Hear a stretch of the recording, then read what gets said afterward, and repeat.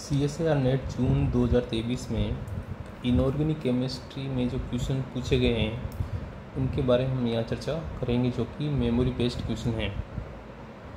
तो पहला ये क्वेश्चन था कि हमें सेकंड आयोनाइजेशन एनर्जी का ऑर्डर पूछा गया था और एग्जाम्पल हमें दे रखे थे बेरिलियम, बोरोन, कार्बन और नाइट्रोजन।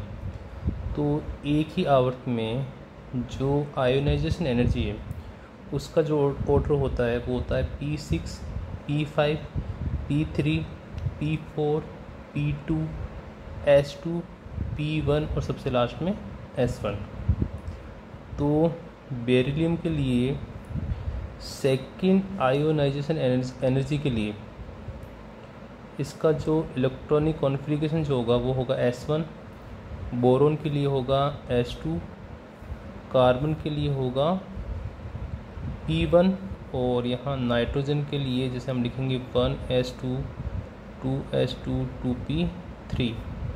तो फर्स्ट आयोनाइजेशन एनर्जी में इसका इलेक्ट्रॉनिक कॉन्फ़िगरेशन हो जाएगा 1S2, 2S2, 2P2।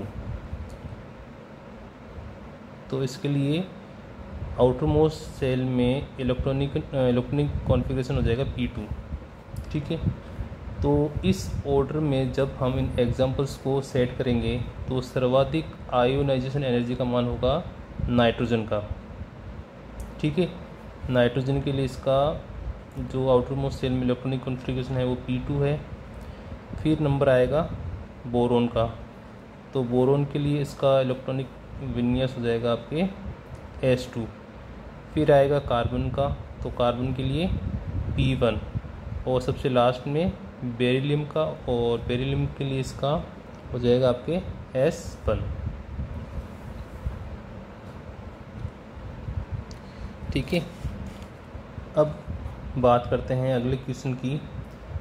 उसमें हमसे पूछा गया लेंथेनाइट से रिलेटेड है। डिस्प्रोसियम के लिए +3 के लिए ग्राउंड स्टेट ट्रम सिंबल जो कि 6H15/2 होगा और मैग्नेटिक मोमेंट का मान होगा 10.63। ठीक है, फिर अगले क्वेश्चन के बारे में बात करते हैं।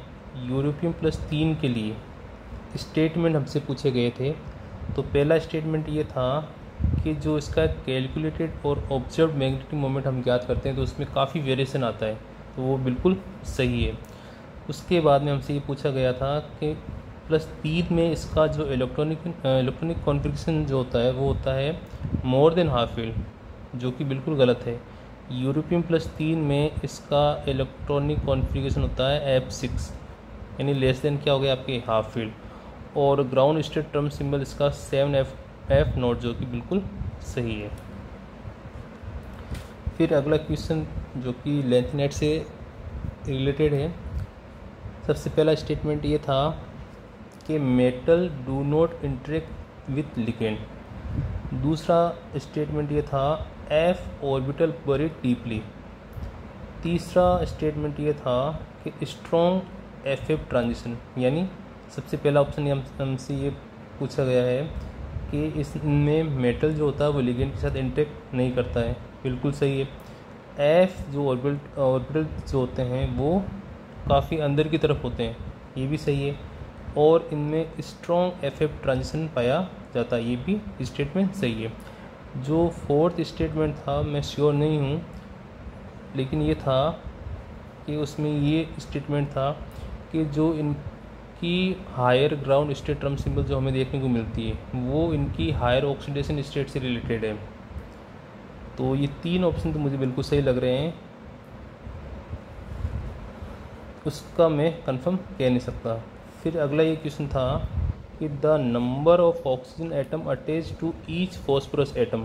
तो दो एग्जांपल थे, P4O6 में इसके लिए 3, इसका जो मान आएगा वो 3 आएगा, और P4O10 में number of oxygen atom attach to each phosphorus 4 आएगा। फिर बात करते हैं एक्टिनाइट से रिलेटेड क्वेश्चन। इसमें यह था कि UO2 के लिए उसकी जो शेप जो है वो एग्ज़ाम में V से बताई गई थी, जो कि गलत है। UO2 के लिए इसकी जो शेप जो आती है, ज्योमेट्री जो आती है वो आती है आपके लीनियर। फिर अगला क्वेश्चन था कि निम्न में से 18 इलेक्ट्रॉन रूल की अनुपालना नहीं करने वाला कौन सा एग्जाम्पल है। तो उसमें ये एग्जाम्पल था VCO6 जो कि पैरामैग्नेटिक नेचर का होता है। फिर नेक्स्ट क्वेश्चन था सीसो ज्योमेट्री से रिलेटेड, जिसमें एक एग्जाम्पल तो ये था, बहुत ही फेमस एग्जाम्पल है SF4। इसके अलावा ClO4 माइनस था जो कि सीसो से शोक नहीं करता है। इसके अलावा 2 अदर ऑप्शन थे, बाकी इसमें एक तो ये हो ही गया SF4।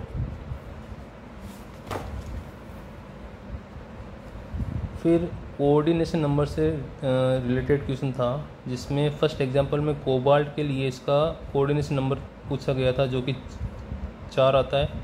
इसी प्रकार इसमें जिंक का कोऑर्डिनेशन नंबर भी 4 आएगा। ये जो क्वेश्चन है वो आपको जेम्स ई हुई वाली बुक में मिल जाएगा। फिर लास्ट क्वेश्चन जो है वो है इनर स्पेयर मैकेनिज्म से रिलेटेड। इसमें एक स्टेटमेंट था कि bridging ligand are inactive toward the substitution reaction, जो कि बिल्कुल गलत है। क्यों?